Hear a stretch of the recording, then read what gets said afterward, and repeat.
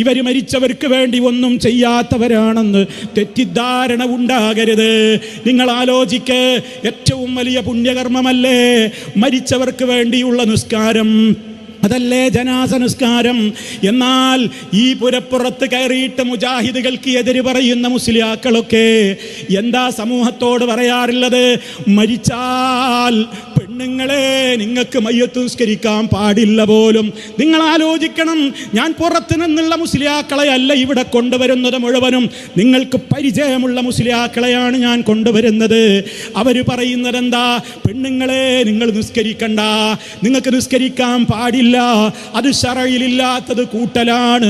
അതുകൊണ്ട് എന്നിട്ട് ചോദിക്കുന്നുണ്ട് ആൾക്കാരോട്, ഈ നാട്ടിൽ ആരും അങ്ങനെ നിസ്കരിക്കണോരില്ലല്ലോ, അൽഹംദുലില്ലാഹ് എന്നൊക്കെ അയാൾ പറയുന്നുണ്ട്. വലിയ മഹാഭാവം ചെയ്യുന്നത് പോലെ. ഉമ്മമാരെ, നിങ്ങളുടെ പൊന്നുപ്പ മരണപ്പെട്ടാൽ, നിങ്ങളുടെ പൊന്നുമ്മ മരിച്ചു കിടക്കുമ്പോ കഫൻ ചെയ്ത് കുളിപ്പിച്ച് കഫൻ ചെയ്ത് മയ്യത്ത് പള്ളിക്കാട്ടിലേക്ക് എടുക്കുന്നതിൻ്റെ മുമ്പ് നിങ്ങൾക്ക് അവസാനമായി എൻ്റെ ഉപ്പാക്ക് പുറത്തു കൊടുക്കണേ, എൻ്റെ പ്രിയപ്പെട്ട ഭർത്താവിന് പുറത്തു കൊടുക്കണേ, എൻ്റെ പൊന്നാങ്ങളക്ക് പുറത്തു കൊടുക്കണേ, എൻ്റെ പൊന്നുമോന് പുറത്തു കൊടുക്കണേ എന്ന് പറഞ്ഞ് നിസ്കരിക്കാൻ നിങ്ങൾക്ക് പാടില്ല. അത് മതത്തിൽ കൂട്ടിച്ചേർക്കലാണെന്ന് പ്രസംഗിച്ച മുസ്ലിയാരെ നിങ്ങളൊന്ന് കണ്ടോളൂ, അയാളുടെ സംസാരവും നിങ്ങളൊന്ന് കേട്ടോളൂ. നമ്മുടെ മയ്യത്തിനൊക്കെ വെച്ചിട്ട് അല്ലാഹുമ്മ ഗഫിർ ലഹു, അദ്ദേഹത്തിന് നീ പുറത്തു കൊടുക്കണേ. മൂന്നാമത്തെ തക്ബീറായിട്ട് മയ്യത്ത് നിസ്കരിക്കും. അങ്ങനെയല്ലേ? സ്ത്രീകൾക്ക് മയ്യത്ത് നിസ്കാരം ഇല്ല, അത് ശ്രദ്ധിക്കണം. ഇന്ന് സമൂഹത്തിൽ പടർന്നു വന്നിരിച്ചിരിക്കുകയാണ്. യഊദു ബില്ലാഹി, അല്ലാഹു കാത്തിരിക്കട്ടെ.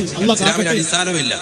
വളരെ ശ്രദ്ധിക്കേണ്ട ഒരു വിഷയമാണ്. സാന്ദ്രമായി ഞാൻ വീണ്ടും ഉണർത്തുന്നു, സ്ത്രീകൾക്ക് മയ്യത്ത് നിസ്കാരം ഇല്ലാത്തതാണ്. അത് നമ്മുടെ സമുദായത്തിൽ ഇപ്പൊ ഇങ്ങനെ കടന്നു വന്നു കൂടിയിട്ടുണ്ട്. അതോടെ മയ്യത്ത് നമുക്ക് കരിക്കണം, ഫാത്തിഹ വിളിക്കല്ലേ, മയ്യത്ത് കരിക്കണം, ഒന്നുമില്ല, കീഴായി വിട്ടിട്ട് ഇരിക്കുക. അല്ലാഹു അക്ബർ. ചില ആളുകൾ പരതായിട്ടോണ്ട് ഇറങ്ങിയിട്ടുണ്ടാകും രംഗപ്രവേശനം. അവര് കൈകെട്ടുമ്പോൾ അതിന്റെ കൂട്ടത്തി തോള് വരെ കാണിച്ചുകൊണ്ട് ചില താത്താമാരും കൂടെ എന്നിട്ട് കൈകെട്ടുക. അവരുടെ അകത്ത് പോലും മറച്ചിട്ടില്ല, ചുരിദാറൊക്കെ വെച്ച് അഡ്ജസ്റ്റ് ചെയ്ത് നിൽക്കുക. സുരൂതി കണ്ടു, സുരൂതി ചെയ്യാൻ പോവാ. സുരൂതി അതിനകത്തില്ലല്ലോ, എന്നാലും എങ്ങോട്ടെങ്കിലും പോയേക്കാം. എന്താ ഇപ്പൊ അയാൾ പറയണത്? വച്ചിട്ട് പറഞ്ഞെന്താ? ആയത്തോതിയിട്ടാ തെളിവ് പറയണത്. ഇത് ബിദഅത്താണ്, നിങ്ങൾ മയ്യത്തിന് വേണ്ടി നിസ്കരിക്കരുത്. എന്തൊക്കെയാണ് ഇപ്പോൾ ആ പെണ്ണുങ്ങളെ കുറിച്ച് പറഞ്ഞത്? കീവായി വിട്ട് ഇരിക്കുകയാണ്, ഉതുമില്ല, എന്നിട്ട് പോയിട്ട് ഇങ്ങനെ കയ്യെട്ടും. സുജൂദ് എന്ന് മൂപ്പര് അബദ്ധത്തിൽ മൂപ്പര് സുജൂദ് എന്ന് പറയുന്നുണ്ട്, അതും പെണ്ണുങ്ങളെ പേരിൽ വെച്ചിട്ടുണ്ട്.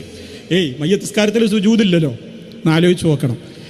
അങ്ങനെ പല കോപ്രായങ്ങളും കാട്ടിയിട്ട് ഈ നാട്ടുകാരോട് സംസാരിച്ച കുമ്മനം അസ്ഹരി, നിങ്ങളോട് ചോദിക്കട്ടെ, നിങ്ങൾ ബുഖാരി ഓതീണോ? നിങ്ങൾ മുസ്ലിം ഓതീണോ? നിങ്ങൾ ഹദീസിൻ്റെ കിതാബ് കണ്ടീണോ? വായിച്ചിട്ടുണ്ടോ? എന്നാൽ ഞങ്ങളുടെ നേതാവായ, അതേ ഞങ്ങളുടെ മുത്ത മുസ്തഫയുടെ പ്രിയപ്പെട്ട പത്നി, ഞങ്ങളുടെ പൊന്നുമ്മയായ ആയിഷ ബീവി റളിയല്ലാഹു അൻഹാ, അവരിൽ നിന്ന് ഉദ്ധരിക്കുന്ന ഒരു സംഭവം കേട്ടോ. മഹാനായ സഅദ് റളിയല്ലാഹു തആല അൻഹു വഫാത്തായപ്പോൾ അള്ളാഹിൻ്റെ റസൂലിൻ്റെ ഭാര്യമാർ ആളെ പറഞ്ഞേക്കുകയാണ്, ആ ജനാസ ഞങ്ങളുടെ വീട്ടിൻ്റെ അടുത്തേക്ക് പള്ളിയിലേക്ക് കൊണ്ടുവരണേ. അങ്ങനെ സഹാബിമാര് സഅദ് റളിയല്ലാഹു അൻഹുവിൻ്റെ ജനാസ പള്ളിയിൽ കൊണ്ടുവരുന്നു. നമ്മുടെ ഉമ്മമാരതാ സഅദ് റളിയല്ലാഹു അൻഹുവിന് വേണ്ടി മയ്യത്ത് നിസ്കരിക്കുന്നു. ഓ അസ്ഹരി, കുമ്മനം അസ്ഹരി, നിങ്ങൾ എവിടുന്നാ ദീന് പഠിച്ചത്? ഇത് ഈ സമൂഹത്തോട് നിങ്ങൾ ഇന്ന് വരെ തിരുത്തിയതായി ഞാൻ കേട്ടിട്ടില്ല.